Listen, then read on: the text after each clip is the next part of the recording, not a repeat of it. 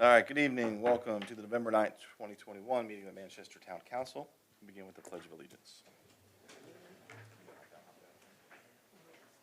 Pledge of allegiance to the flag of the United States of America, to the republic for which it stands, one nation, under God, indivisible, with liberty and justice for all.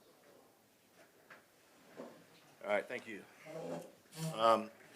We're missing two council persons right now. We do have a quorum, though. I don't think we're expecting Councilman Pacelli, Councilwoman Miller. We do expect to be able to join us. She's just running a little bit late, so probably see her come in. In the meantime, we can move ahead with some of the housekeeping issues here. First one is approval of the October 12th, 2021 minutes. Should have a copy of it in front of you and was submitted electronically. Any additions or corrections to the minutes?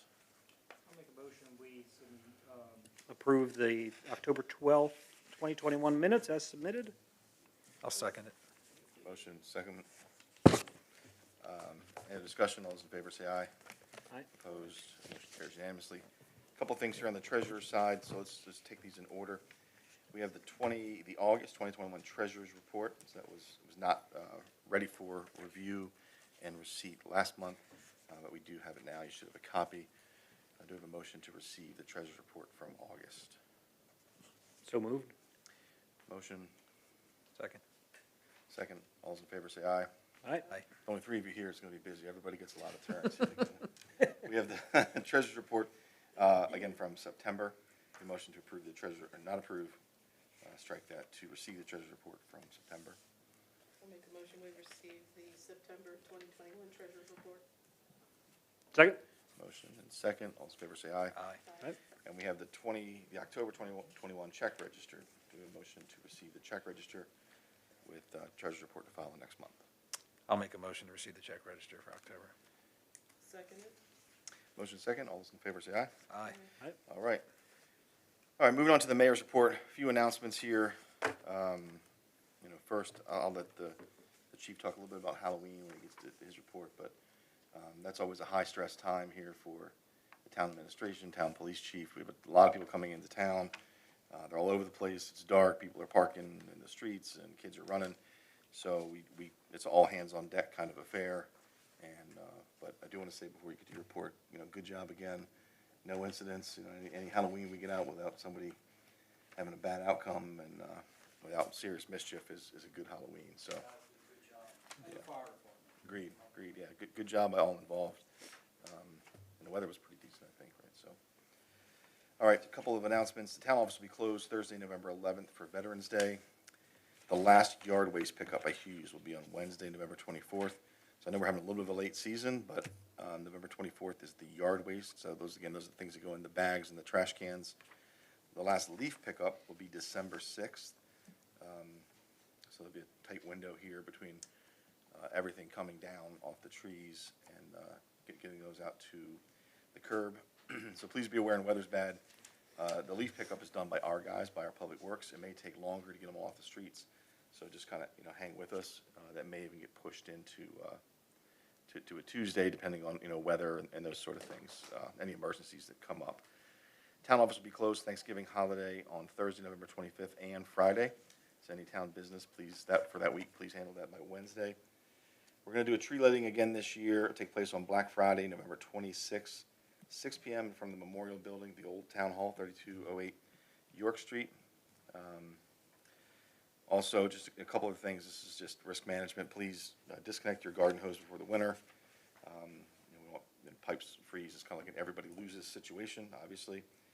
We want to wish Gary Epley, if you don't know Gary's an all-around great guy, also a member of the fire department. He retired after 11 years here with the town, so we want to wish him well in his retirement. One more thing here, Miss Lorraine Thomas was kind enough, and you guys remember last month we discussed this, kind enough to volunteer to be a member of our ethics commission. I believe she's here. If you don't mind coming up, and we'll do your oath and sign it, and you're welcome to stay and participate in the festivities here, or you can be on your way. So just state your name here. I, Lorraine Thomas, do affirm that you will support the Constitution of the United States, that you will be faithful, and you will bear true allegiance to the state of Maryland, will support the Constitution and laws thereof, and that you will, to the best of your skill and judgment, diligently and faithfully, without partiality or prejudice, execute the office of Ethics Commission member according to the Constitution and laws of the state. All right. Thank you very much for volunteering, and I'll sign this and hand this to you. Today is 11/9, right? Yeah, thank you. Absolutely. And then if you mind bringing this over to Kelly Baldwin, then you guys can sign it, and we'll. Thank you. So that is all I have right now. I'll turn it over to the town administrator. Okay, good evening, Mayor and Council, members of the community. You have in front of you the October 2021 Administrative Report. Excuse me. Under pending items, ordinance number 248 in regards to Chapter 220. That is an agenda item for this evening. Our email notification list update. Councilman Richardson stopped in today and talked to Michelle and I, and we're very excited. Hopefully we'll get that moving as quick as we can for email notifications and also other notifications throughout the town. Our cybersecurity evaluation assessment, we were to have a kickoff meeting on October 26th, but that was canceled, and we're in the process of rescheduling that. Under code enforcement and zoning, you have in front of you monthly code enforcement update. The Lippy Old Town property, we did have a kickoff meeting on October 19th. The emphasis was on the required traffic study and the scope of the study to be worked out through county and town representatives. Equine Meadows, we had a site meeting yesterday. The topic of the discussion was stormwater management both on and off the site. We will meet with a county staff person, I believe, next Wednesday to discuss some of the items that, some of the other items that would come out of that meeting also. Under miscellaneous items, a workshop was held on October 28th with the landlords. Also, we had an additional meeting today, November 9th, to discuss further plans. I believe Councilman Richardson will have some information on that during his report. The SHA MDOT tour meeting was held on October 21st. This is something that I want to talk into detail about. On November 2nd, county staff and I had a meeting in regards to the county transportation corridor and sub-area analysis. I briefed everybody in an email, but I'd like to get everybody's opinion on what they feel about some of the items that was put out there. So we'll start with the easy one first. I gave you all handouts and I also emailed you all. Back in 2019-2020, Carroll County did a transportation analysis. So what come out of that for the Manchester-Hampstead area, especially the Manchester area, if you turn to page 46 of the handout, there are actually 7 items that we talked about, and I actually briefed you in an email in regards to the recommendations that they called out for. So I really don't have any problems with the items that the study group come up with. I do have some questions. I do have some concerns about when it talks about Maiden Lane and Long Lane. I do have some concerns about when they talk about High Street entering Route 30. But those are things that we can work out. That's not a big problem. The thing that does concern me the most is in your second handout, and they talk about Manchester Plan Major Streets. So if we just go down, as you open up your handout, if we go down the list, the first item is the Manchester Bypass, which we'll come back to that. The second one is Southwestern Avenue Extended. This sketch actually shows it coming out north of Maple Grove Road. That will be changed to meet our concerns in regards to the Lippy Old Town property, and that will be redrawn to come out across from Maple Grove Road. One of the things that does concern me is they talked about a 4-way intersection or a possible roundabout at that location. So that's something we can overcome once we get to that point. The second or the third bit of information is the Southwestern Avenue Extended. That will be removed from this Plan Major Streets. This was the street to come out of Manchester Farms head across toward Cape Horn Road and tie in with Cape Horn Road. At that particular time, the Planning and Zoning Commission did not require Mr. Ward to build that section of road because that section of road would be a road to nowhere, because there were additional properties and structures in the way to get to Cape Horn Road. So that will be removed out of this plan. Now, coming back to the Manchester bypass, county staff is going to recommend to remove the bypass off of their plans. Now, we can leave that on any of our comp plans, any of our other plans in regards to the bypass.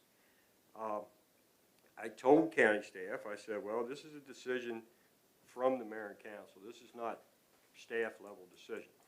So I'm bringing that back to you to get your opinion, if you would like to have that removed, or a letter could be drafted to the county planning commission and the county commissioners saying, you know, we would like to keep that Manchester bypass in the county master plan, be shown. Now, that being said, do we feel that it will happen? I don't know. I mean, it could be 30, 40, 50, how many years out? So, you know, if it's removed off the county's plans, have we put the final nail in the coffin? I don't know that either. So that's a decision that, you know, you folks have to make. To me, if it stays on there, it's just a line on a plan. But it's still a line on a plan. What's the benefits of removing it from the plan? I think some of the things that we talked about was the concerns that the county planning staff had was there's so many properties in the way. There would be so much property that would have to be acquired. There's some areas that are in farmland preservation. So there's some obstacles the way that route, well, any route, but the way this route takes, there are obstacles in the way that would have to be overcome. Topography to it, that route is nowhere near as flat as like what. Yeah. Right. Steve, is there another option which would be a revised plan, or is that kind of? Yeah, not that I'm aware of, right? Not that I'm aware of. It's kind of the way things are now. If you could get from the end of, or the Hampton bypass reasonably, or even as far as if you could get from Maple Grove to Winesboro, it's just a much smaller area, although a more difficult area. Right. I believe when you talk about another plan, I think actually the plan are the 6 or 7 items that they talk about in the analysis that was done by a subcontractor planning company. So, and that, once you dig into that and you look at some of the items that really concern me is using Long and Maiden Lane, which are being used now as mini bypasses. Yeah. And then you would enhance that. I have concerns over that because basically Long Lane and Maiden Lane are nothing but alleys. They have no strong subsurface underneath of them. The width that you see is the actual width of the road. There would have to be additional property acquired off both sides of the alleys to gain the width, you know, to have 2 cars pass. And all that would do is pull a few cars off and jam them right back on the road anyway. Right. It wouldn't accomplish very much. Right. But again, this was a suggestion, you know. So Stevie, do you have a recommendation? I mean, I don't see the benefit. I mean, yeah, it's a pipe dream. There's a lot that would have to be overcome to get this project to fruition. But I do think it's in the public interest to eventually, you know, if we could overcome the mountain of challenges to advance this project, it would be great too. But I don't know how we ever get there, but does it make sense to close the door completely? That's, I don't. You're kind of going down the road that I kind of am leaning toward. If you close the door completely, you lost it. At least, and again, I keep coming back, it's just a line on a map, but that line means a lot. I mean, times change, circumstances change. I mean, we just you know, federal government passed a huge stimulus bill, or a huge infrastructure bill. I don't know what the future holds. I mean, You know, now, could we say, you know, this was county staff recommendation? You know, this was county recommendation, you know, but I don't want to close the door completely. That's just my opinion. My preference would be to disagree with the county recommendation, to leave it on while we work on these other things. Right. I mean, I think if you look back 2 generations before us, some decisions were made that may have seemed like the right decision at the time, and maybe it wasn't, I don't know, but without the foresight of where we would be now, you know, I think that this is, my feeling was, hey, let's push to keep this on there as a long-term vision and plan, and then let's look, these are medium-term, let's start to see if we can't chip away at some of these to have incremental impacts. I think I understand, yep, Mr. Mayor, what you're saying, and I agree with that. Recommend to leave it on the plan until, you know, we can analyze the other items, you know, or the remedies to remedy the traffic, you know, on Route 30. And at that time, you know, we'll revisit this. I understand that. I mean, I believe there is support in the community for this project. I believe. I don't see the benefits to remove it, honestly, myself. I mean, unless you guys, It's just taking off somebody's long-term yeah. maps, so- I think. I mean, I'm inclined to accept Steve's and the administration's recommendation, unless you guys have other thoughts, but. Good. I have one question here about number 2 also, like, number 2 on this one, page 46. So we've been around with that one for a while, and that seems like a great plan as long as we don't have to cover the burden of it. Yeah, and that's one thing I spoke to everybody about, and I did mention it at the meeting with the county folks. One thing that I did mention, you know, we could possibly use the ARPA funding to relocate and lower both the water and the wastewater lines at that location. There was a concern about, you know, who was going to fund the project, and we were looking at a pretty substantial, you know, CIP program to lower those, and pretty expensive. So that was one of the items that I did bring to your attention about possibly using the recovery funds for. I mean, which is all well and good, but at the same time, the same argument holds true that this is the intersection of 2 state roads with a problem that we didn't create. We did not. The state Right. received their own money, That's right. and we have our own infrastructure issues to deal with. So we shouldn't have to take the lion's share of what we're getting to work on infrastructure Correct. to fix a state road issue, Yes, would be my initial thought. yes, correct. It's like the old days. Calling under the People are desk. calling in, so.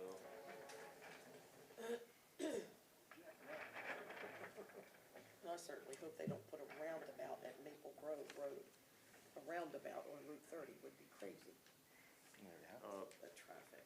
Councilperson Howe, one other thing, if you look at page 46, they talk about convert the intersection of Maryland 27 at Westminster Yes. Street to a roundabout. Yeah. That's that- another. I- I'm a little confused So- about that because it wasn't too long How would ago you do that? that State Highways wanted to widen Route 27 going southbound out of Manchester to 4 lanes. Yes, I also brought up the point, and Chief Hess is over here, I also brought up the point to them, hey, what are you gonna do about the issues at Miller's Market in Route 27? Because we have so many accidents there. We have accidents there, of course, we have more serious accidents at Westminster Street and 27, but at the end of the day, that small stretch of roadway, you know, accounts for a lot of traffic accidents right through there. So are these, from the county, is this an order of priority? I don't think it is, Dave, I don't believe it is.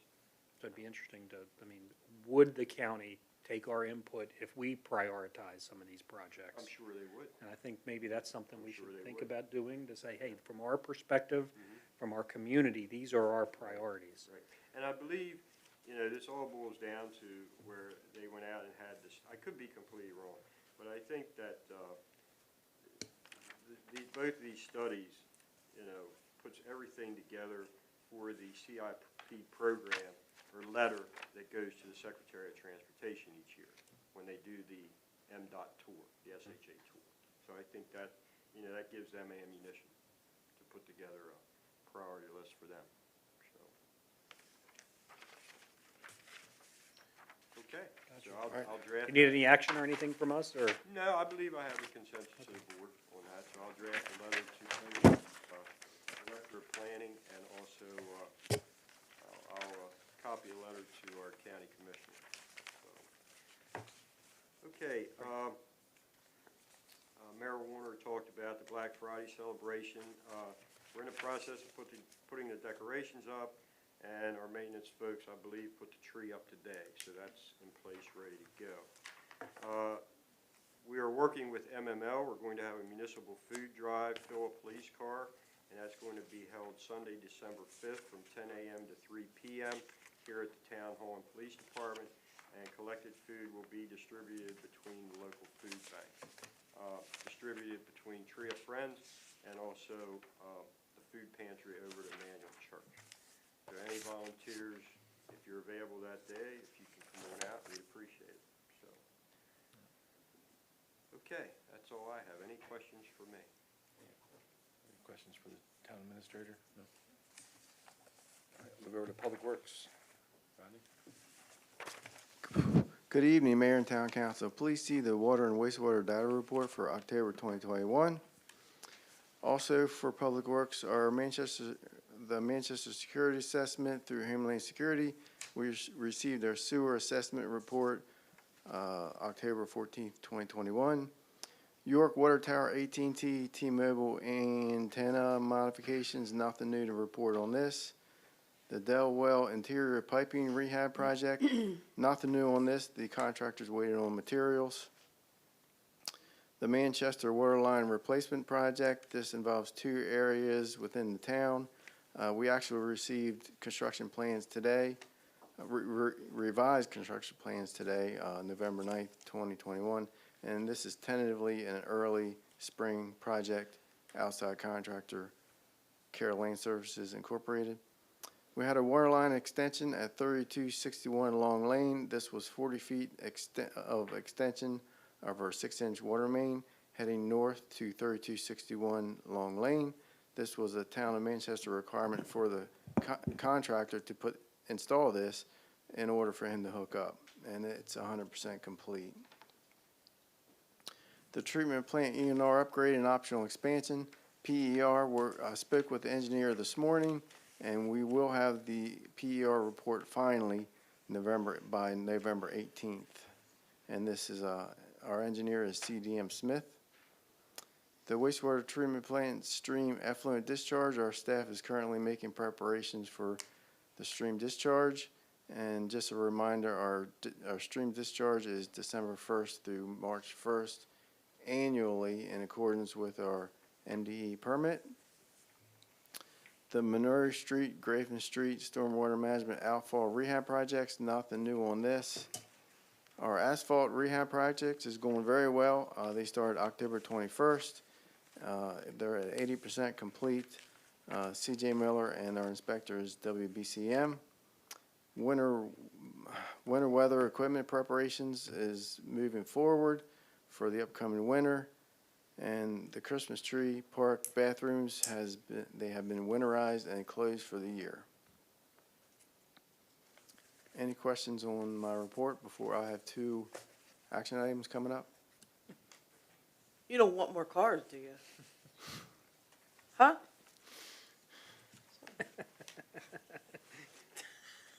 Got him squirming. I just if they wanted more cars, because sorry. I'm out of control. Any questions for Rodney? No. Not, yeah, Rodney, go ahead with the. Okay, so number 1, first action item is our Perma-Logger water leak detectors.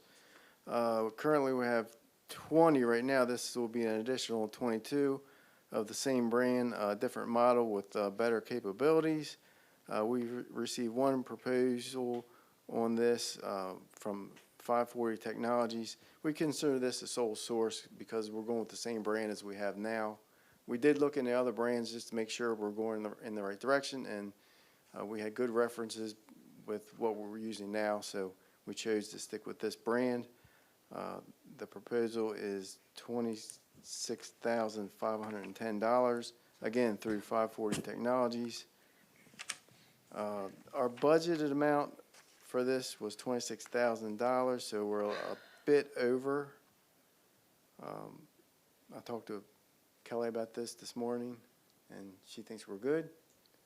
So with that said, I'd like to request approval to award this purchase of 22 Perma-Logger water leak detectors to 540 Technologies in the amount of $26,510. So you're slightly over budget on that one, but the next item, you did a good job, and you saved us a good bit of money. That's why I started So with we can let this that one slide, Rodney. I don't mind letting that one slide, so. As long as Kelly approves. Kelly approves, so, I'll make a motion. We approve the Perma-Logger water leak detector at the cost of $26,510. Rodney, just to clarify, you said this is a newer technology, but it's compatible with what we currently have? Well, currently, the ones we have, we'll be moving those around. They have to be read. The crew has to go out with the truck and read those Okay, one by one.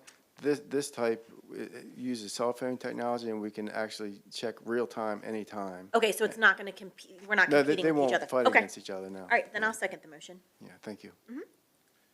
Motion second, any other discussion? None, all those in favor say aye. Aye. Opposed? All right. Okay, number two, our Town of Manchester line restriping project. This is painting our yellow and white lines. We reached out, we got two proposals on this. Alpha Space Controls at $8,799 and Priceless Industries at $11,711.15. This is well within budget at $13,000. Our painting hasn't been done for 3 years, and this covers 49,000 linear feet at 5 inches wide, and it's yellow and white lines, and they're with the glaze beads in it, so it's highly reflective. With that being said, I'd like to request Town Council's approval to award the line restriping project to Alpha Space Controls Incorporated in the amount of $8,799 and no cents. Rodney, have we used Alpha Space Control Inc. before? I can't really answer that. No. You got it, recognize it. But I do want to add, C.J. Miller uses them. That's why I reached out to them. That's one of the companies. They're using them on Howley Avenue as part of their contract. So while they're mobilized, I think that's why we got the lower price. Gotcha, yeah, that makes sense. Any other questions on that? Motion? All right, I'll make a motion, we go with the staff recommendation to award the line restriping project to Alpha Space Control Incorporated in the amount of $8,799. Second the motion. Motion second, any discussion? All in favor say aye. Aye. Opposed? All right, carries unanimously.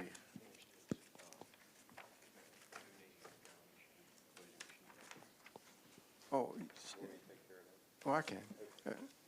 Okay, lastly, I didn't put this on the report, but I'd like to thank the town of Hampstead. They donated a valve exercising machine to us. They upgraded to a newer one with a vac trailer, so theirs was not being used anymore, so I'd like to thank them for their donation. That's also within budget, right? Pardon me? That was an encumbered amount, yeah, Yeah. so. So more Don't take it too savings. seriously. So thanks again to Hampstead, the town of Hampstead. Yeah. Yeah, thank you, Hampstead, for that. Anything else for Director of Public Works? I'll turn it over to Chief of Police. Well done, Rodney. Hey, Tom. For the month of October, we handled 183 events. 22 of those calls were for areas outside of town, mainly helping Hampstead and Carroll County Sheriff's Department. We had one officer injured on one of the calls. Basically consisted of cuts and abrasions and a shoulder injury. He's on light duty right now. It resulted from a car entered town, probably doing about 90 to 100 miles per hour.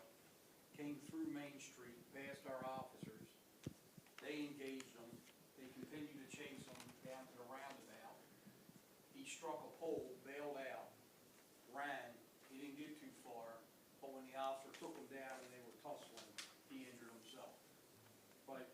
wanted, in 2 states, and the car he was driving was stolen out of Pennsylvania.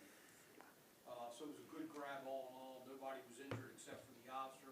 The officer is doing good. He's got to go to physical therapy for a shoulder injury. But the suspect was apprehended after that brief foot pursuit. Yeah. Well, I thought I talked loud. There you go. How about now? Do I have to say it again? Okay.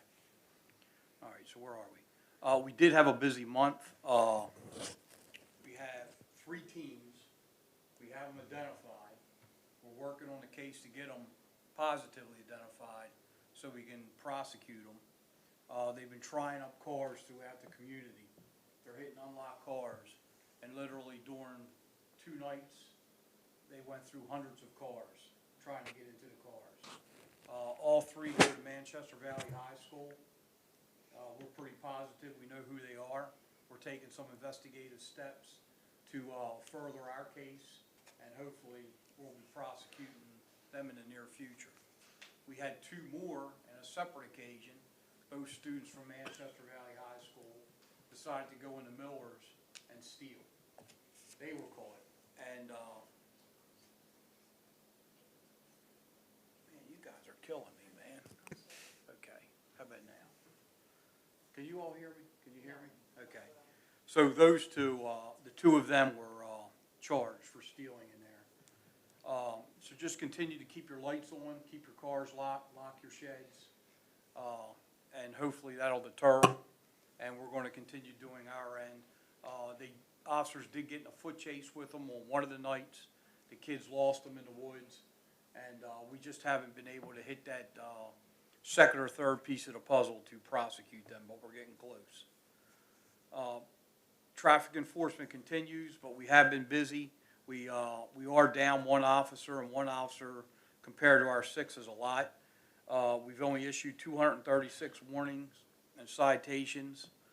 We did criminally charge 4 persons during these traffic stops. The overdose numbers, it's a 10% increase in comparison to last year at 341, but we have 53 fatalities, which gives us a 60% increase compared to 2020. So we're still not doing too good on the overdose front. That's countywide though, right? That's countywide. Scared me. However, Manchester, all of 2020, we had 1. This year we have 5. We just had a 15-year-old girl overdose on prescription pills. She's alive, but she did overdose. So we're creeping up as well. Hampstead has 14. I think they had 2 last year. Sykesville has 8. Sykesville's always been kind of low. Tawnytown's 28. Mount Airy's 9. Westminster has 125. New Windsor has 2. Union Bridge is still at 0. And the areas that are controlled by the Maryland State Police, they have 20. So it is still a problem. It's the fatalities that's the biggest increase. It's 60%. I think it's a 9% increase across the board, or 10. It's actually 9.6, 10% overall. But on the good news, Halloween, like the mayor said, was an excellent night. We literally had hundreds of kids in Halley and Crossroads and Manchester Farms. The community was all in. People were out. They were having a good time. The weather was nice. We had 0 traffic violations. Probably about 300 people alone from Pennsylvania came down and hit Halley. I mean, they were everywhere. The kids were everywhere. And for as dark as our streets are, and it's a quiet community, it went well. It went really well. The fire department fully engaged this year. They were up in Crossroads and Manchester Farms. They had the corners lit up. They provided a lot of light. They were giving candy. They were handing, other items out. So it was a good deed across the board. That's about it. Fantastic. Any questions for the chief? Chief, I just want to thank you. I know, in a small town like this, good information is super important, especially in regards to public safety. And as every councilman knows that, you know, we always, when we have an event or something like that happens in our community, we're always asked. So the text and the communication that you have with us is very much appreciated. I want to thank you. I think it's a good thing for our community, so Thank I want to appreciate that, Yep. so. And well done for Halloween. You know, I've gotten rave reviews about how the town handled It was a good night. Halloween. So you and your officers, please thank them on behalf of us, so, thank you. Chief, I have one thing. Can you provide a little bit of guidance or a recommendation on, because this is happening more and more, it seems like, where the number of Ring doorbells or any of the other brands that are out there, kind of on garages and on driveways, fronts of houses, those sort of things. So more and more, if somebody comes up and takes a package or tries to get into a car, there's some video evidence of it in some form. Would you prefer, or, you know, they own the video, I guess, at this point, but would you prefer that they report that in rather than go straight to like a Facebook or social media? So I know we've had some in the past where once the quality of the video was out there, it really limited our ability to do an investigation or an interrogation of a suspect that we thought it was, because they could clearly see what was out there. Across the board, call us first. Because when people go to social media, two things happen. A, they release too much evidence, and it kind of takes our upper hand away. And B, it starts to create a rumor mill, and things get added to the case, and the case gets a little bit more involved, and people get scared, and it's just a bad thing to go to social media first. Call us and let us sort it out, and we'll decide what goes on social media. I mean, social media does not help us all the time until we're ready to release it. Look at the false stabbing. I was in South Carolina, I thought I had a mad stabber running through Manchester. It just gets out of hand too quick, and that was false. That case was completely false. Yep. So yeah, I'd much rather give us a call, leave a message, email it to us. We're in touch with Ring, so we can get it from Ring directly. Okay. Yep, good advice. Any other questions for the chief? All right, now, a reintroduction of ordinance 248, which is amending code section 220, vehicles and traffic.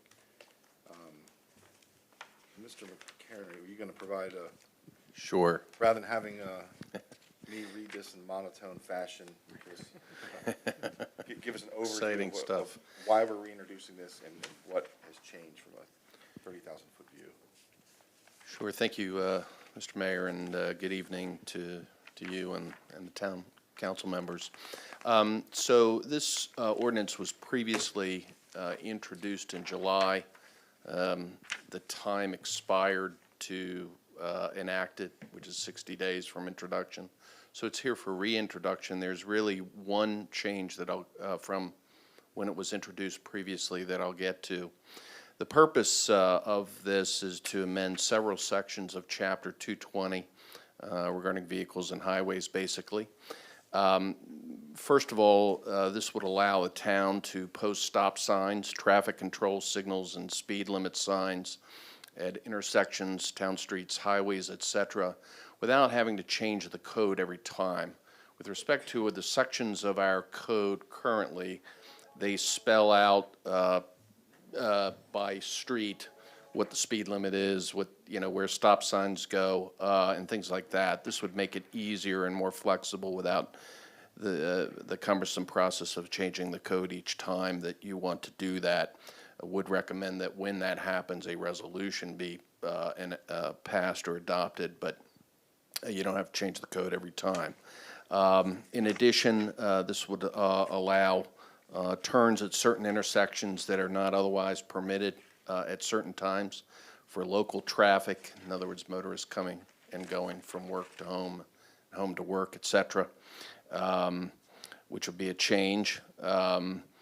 To reduce the time that vehicles may remain parked on public property within the town from 10 days to 48 hours to be deemed abandoned, to allow the town to react to that as may be necessary.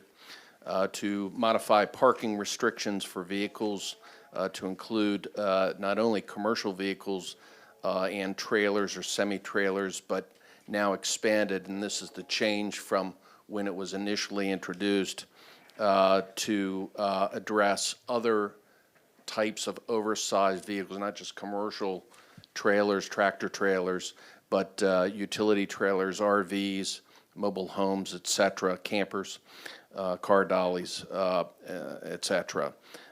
To also delete reference to painted curbs as the means to mark no parking zones, and to update and increase fines for illegal parking, and also provide for a doubling of fines for habitual offenders. I think probably the experience has been that somebody will park illegally, you know, maybe get one citation or move it just ahead of the citation and then be back, you know, 2 days later, hypothetically. So that's the design of this ordinance, and it's before you tonight for reintroduction with amendments. Very good. So, those of us that have been around when we had these kinds of things, when we've gone through it, would know the cumbersome nature of, you want to change the speed limit by 5 miles an hour, add a stop sign, take out a stop sign, change the parking situation. And it was a multi-month process that receives almost zero feedback from, you know, outside of, you know, just our group or administration in almost every case.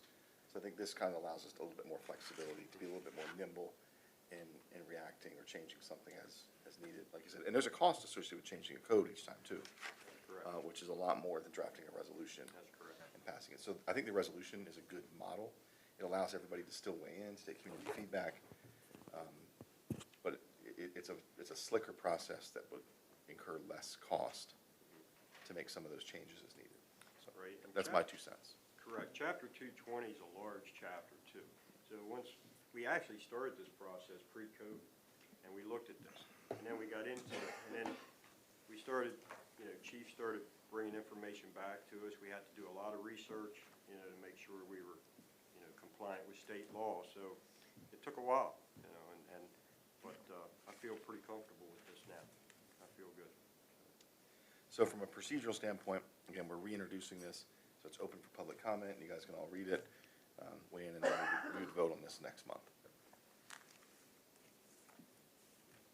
Good? Excellent. All right, moving right along. So, as you're probably aware, we received the first, I think that the word that we have, Kelly and I were talking about this, is tranche, which basically means payment, I think. So, going to the CARES Act and those sort of things, money rolls down from the federal government to the state, all the way down to small communities like ours. Our first tranche of just over, so it's $2,438.63, which is the way we understand it now. There's been a lot of confusion over the past year. We knew these payments were coming. We didn't know what kind of strings would be attached to them, or timing, and those sort of things. So that information is becoming a little bit more clear. We expect to have another one next year. We don't know what the strings will be attached next year, so it's hard to plan much other than that we believe their infrastructure. So the first one is tied to, the way I understand it, water and sewer infrastructure. So what we need to do at this point is amend the budget, to do a budget amendment to recognize the ARPA grants revenue, and then correspondingly add a planned expense for ARPA infrastructure projects. And then from there, we'll work to determine what the compliant projects are, what we can use that on, what the timing looks like, prioritize those and use those in the best manner. So that's what we kind of hit on earlier, like maybe fixing a state intersection is the best use of that money. So what we need tonight is a motion. We need to pass a motion to amend our budget. You can read it straight from here, for $2,438.63 on the revenue side for ARPA grants, and on the expense side, or the expenditure side here in governmental accounting, for ARPA infrastructure projects. It's definitely something positive for the town, and definitely, Yeah, it's just, you know, I mean, it's one of those things where, you know, we react the best we can. Of course, you know, all governments were kind of damaged in some fashion over the past 2 years, so this is part of making that right. But it comes with strings telling us what we can and can't do. Can with it, spend too. Sure, I'll make a motion that we adopt this budget revision for FY 2022 in the amount of $2,438.63 for water infrastructure. Is it cleaning up on the motion, Kelly, I think? Are you comfortable with? Increase the revenue. That works. Okay. So a motion's out there. Do we have a second? I'll second the motion. Any other discussion? Any questions with what, I tried to lay it out the best way I understood it. Any other questions or discussion? So again, this is just a motion to amend our budget to reflect it. No other discussion. All those in favor say aye. Aye. Opposed? All right, motion carries. All right, questions, comments from the community? It looks like 2 folks signed in. So I'll go to those folks first, and then we can see if anybody else has anything they'd like to say. I believe this is Jessica Smith. Is that right?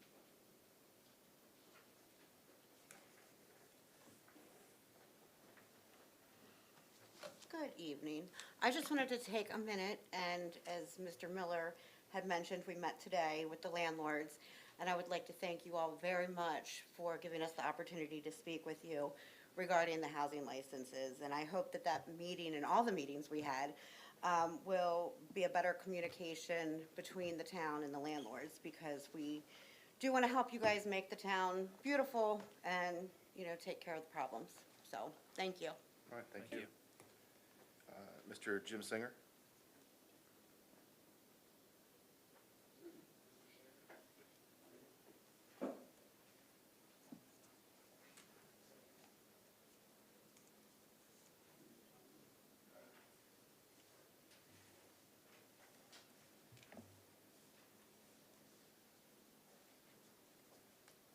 I've never been in here before. Welcome. What I'm here about is, I live up here on Water Street. When I returned from Korea in 1952, in 1957, I come up here and bought a house, and I've been there ever since. Christmas Tree Park has grown into beauty. A few years ago, the council or whoever decided to relocate the skateboard ramp to below my house at the bottom. They rebuilt it, it's nice, have no problem with that. But what I haven't seen, and I've asked for too many times, to get a speed sign erected down there, to let these young people know that at least you care and you're interested. And the policemen say they can't do anything without a sign. And What's the speed? Is it 15? No, it was not listed. there's That's not part, up there. that's part of the ordinance that was introduced tonight. I thought we had, and I'm not, Right, Christmas Tree Lane is spelled out 15 miles per hour, but. That's what you can do within house. We If you can't, want to go to 20 or 25, then you get further approval.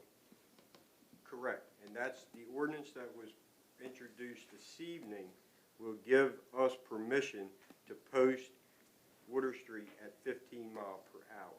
Yeah. But why isn't the 15 mile an hour up there at least? We could not do that based on our ordinance, Jim. We could not do that. So, Something's wrong, because Kelly read it to me out of the ordinance book, that the town could do what they wanted at 15 mile an hour. Now, I don't know about that, but something's I think it wrong. is our goal, is it, correct me if I'm wrong, it's our goal to make this happen. yes, And then it'll just Yes. take a month for this ordinance But- to get adopted. correct. As I explained to the group, Chapter 220 is a large chapter which included speed limit. And it took several months for us to do the research to make sure we were on solid ground. We don't want to do something that we're doing something outside the letter of the law, and that's the All right, reason why. but in the meantime, wouldn't it look better you were making an effort to avoid and make it safety? It's a Do a little possibility. safe thinking about it, and I believe Chief Hess, Chief Hess and I have talked about this. I think we had officers down there. We're doing our best, Jim. Actually, when this comes back to the council next month for a vote, I'm looking at our attorney, if I'm right in this, once this is passed, it has to lay for 20 days. Once we get to that 21st day, you will have signs on Water Street, believe me. You will have signs down there. So we're a month and a half away or so. So That's correct. within Yeah. 2 months. So the sign Chief, will you be up. can't, I mean, you can still step up enforcement, or you can step up patrols in that area, correct? Yeah, To address- Mr. Jim, we have taken enforcement, but I totally get what you're saying, because to be frank, once they put the skateboard park in there, we got kids coming from all over. right, So sometimes it gets ahead of us because we can't always be there. But taking that, you know, as Mr. Miller said, it is it's a huge concern to us. well, let me So say we're trying to this. approach it from the right way, because when we hit them with our citations, we want them found guilty in court, because that's going to be the impact. Let me say this, without the speed limit sign, your officers in this town, they haven't been patrolling that up there. 0 time that I've seen her, and they can be the ones that tell you whether they have or not. And I know how regular they were before, but what has shut them off, I don't know. Let me make a suggestion. We have a speed trailer sign that's currently sitting and not being used. It's charged up, ready to go. I'll have our DPW folks bring it out to Water Street tomorrow and post on it, please slow down, residential neighborhood. Will that suffice for at least a month and a half? That would tell you what I'm saying, is that what you're saying?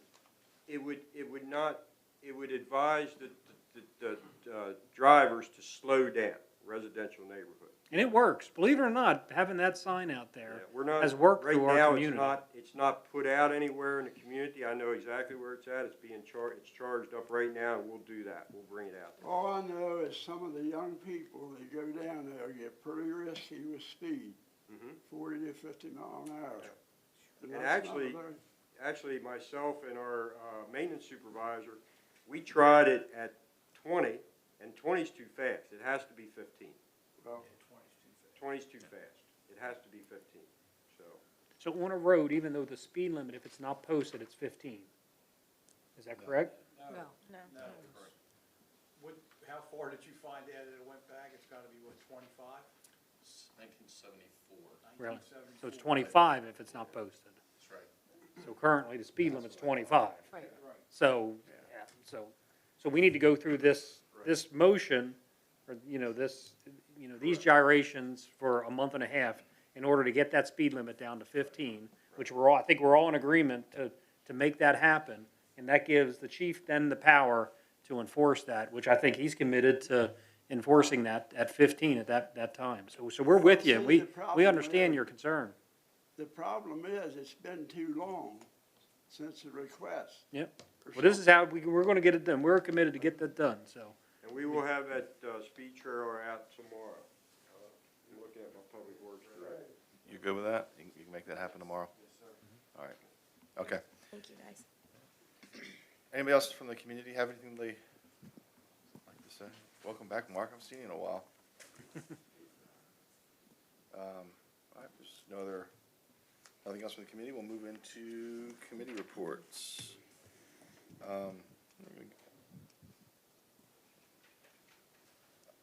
We'll work on this. I like going in order. Yeah, the CPA in me gets bugged out when it's not in order. All right, Chris. I did attend the Plan and Zoning Committee meeting last month, and it was an extremely short meeting, nothing new to report, so. Okay.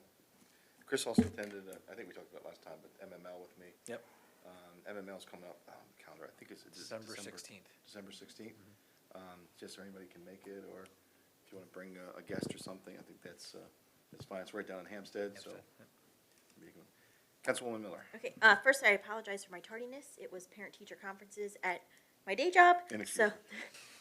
that ended at 7:15, and I could not make it from Tawnytown to Manchester by 7:30 legally. It wasn't happening. So I apologize for that. I know Black Friday's been shared a little bit. The tree is either up or on its way in the next couple days. I think it was, I thought it was up when I drove past. And it looks like we're on board for the decorations to be set up.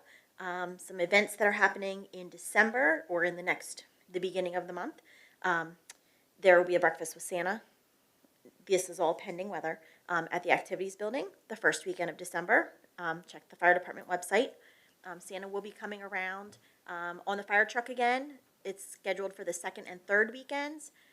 In years past, they've done like a live stream of where Santa is, located on the route, so that way you're not outside with your little ones for hours waiting on Santa. You can kind of get a pretty updated, headed to this street, headed here kind of thing. So that will be happening, weather permitting, the second and third weekend. And then I believe, we're checking into it, I believe it'll be our turn to host MML in March.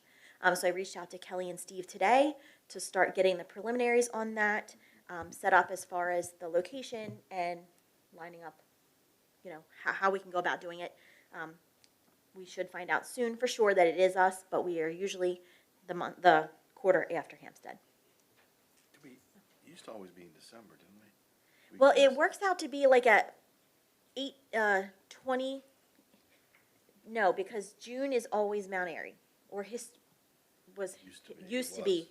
Prior to the pandemic, we're out of the routine, but because it's the joint, the two counties, that was always June. So it threw us off a little bit, but we appear to be March, I think. We're gonna find out for sure, but we're working on that. Okay. One thing, I'm sorry, anything else? Nope, that's it. So I think it's the same day as MML. I'm speaking at the North Carroll Business Alliance lunch.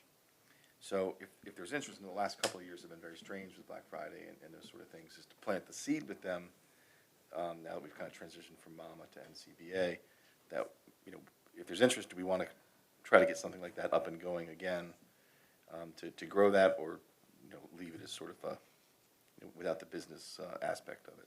I mean, I think it's something nice that we historically, pre-COVID, had, that we could offer the town. Yeah. We historically had the businesses open, restaurants used to be open, that weren't normally open at that time, places that you don't always get to, because of your schedule were available, so it would be nice if we could kind of re-spark that for next year.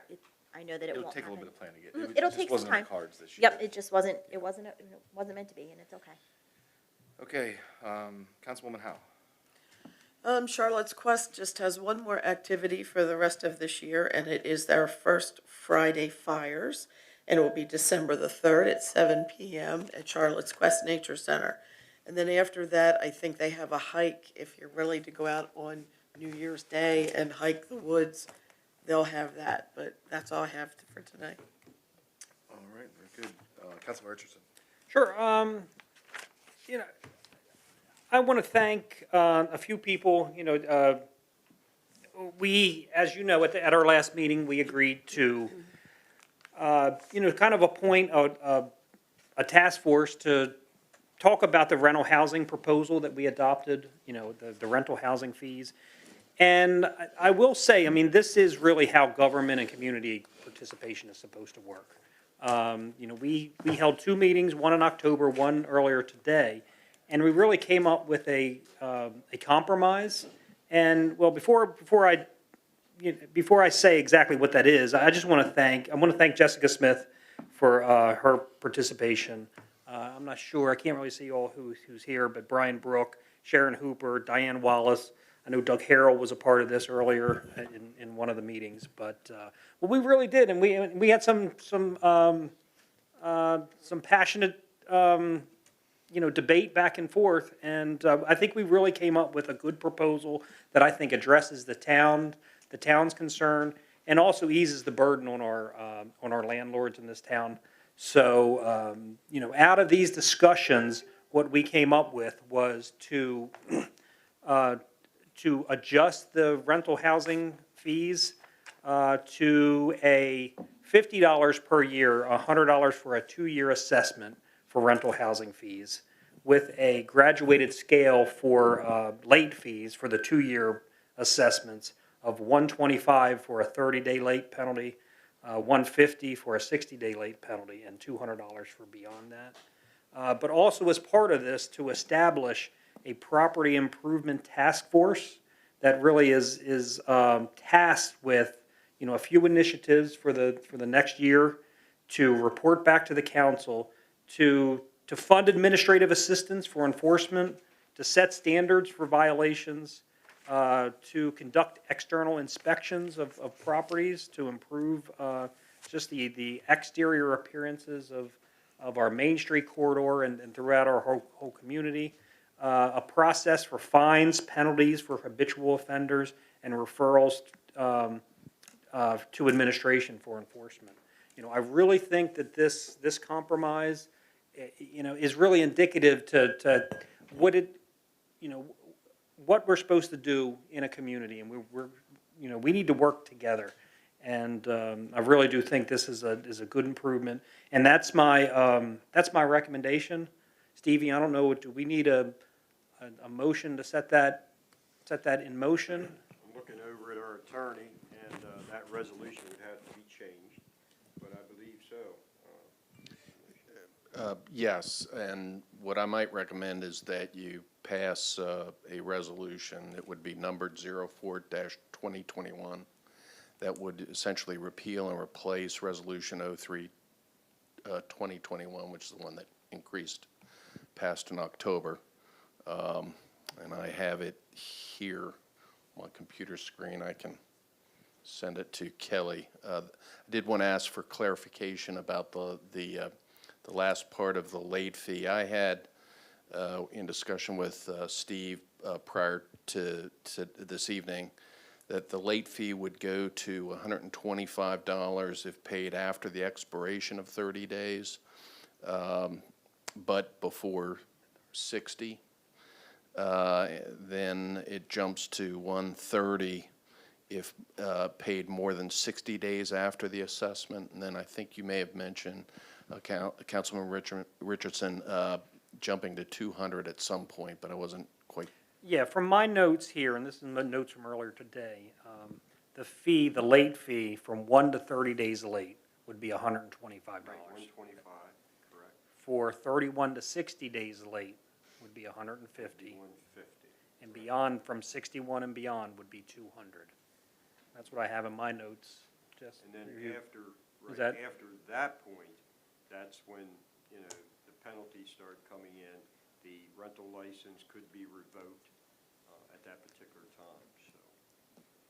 So Steve, would that be like 60 to 90 days for that $200? I think it's anything over 60 days. Right, 61 and anything- over. Anything past that 60 is, sorry. So then once we hit day 60, then other, 61, day right, 61, other penalties would apply. fall into play.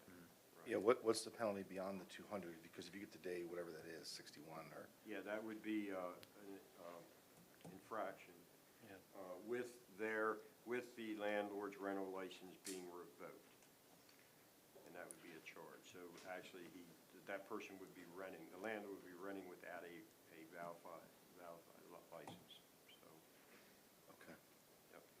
Yeah, I just want to create a situation where it goes into perpetuity, so you get to 61 days, like, well, then I'll just pay it in 6,000 days. Right, So there has to be some teeth beyond. that's correct. Yeah, That and would it's be the beyond. revocation of the license. Is the Correct. And then is there a penalty for operating without a license? Yes, Okay. there is. I don't know off the top of my head what it is, but that's an infraction. So are we ready to go with that resolution tonight, or is this something that we should commit to paper and put in front of everybody? It's up to you all. You all can vote on it, and then I can adjust it for signature Yeah. tonight. Yeah, I think for expediency, you know, we definitely, this is something we work with the community, so this isn't just a recommendation for me. this is a result of our workshop that we worked with the landlords in this community. I think we're comfortable making the resolution tonight and moving forward. Also want to thank, Councilman Canio, who was also a part of these discussions, and, I think we're very comfortable. I don't want to speak for I'm in agreement. Councilman Chris, but yeah, I think we're very happy with what we came out with. And this is the best of both worlds, I think. If everybody feels like they have enough information to move forward, then we can call that resolution, what was the number again? 04-2021. And then, like you said, we can clean it up with the signature later, and that way it kind of puts it to bed for everybody that's been working on it. So do we have a motion to approve resolution 04-2021 related to rental housing licenses? I'll make said motion. I'll second the motion. Motion second, just for clarification, that motion is to repeal and replace, I think that's in there, right? Okay, Correct. so we have a motion and a second, any other discussion? All those in favor say aye. Aye. Opposed? Okay. I want to thank everybody again for their hard work and donating their time to make this work. I think our community will be better off for this, so thank you. So we still don't have a youth representative, sounds like we may be zeroing in on somebody. I have a gentleman that's, I think, wants to do it. He'll be here next month. Okay. Grant Miller, he's a sophomore at Manchester Valley High School. So That sounds great. Excellent. All right, anything else for this group? Missed anything? Motion to adjourn? So moved. Second? Second. All right, good night, everyone. Hello.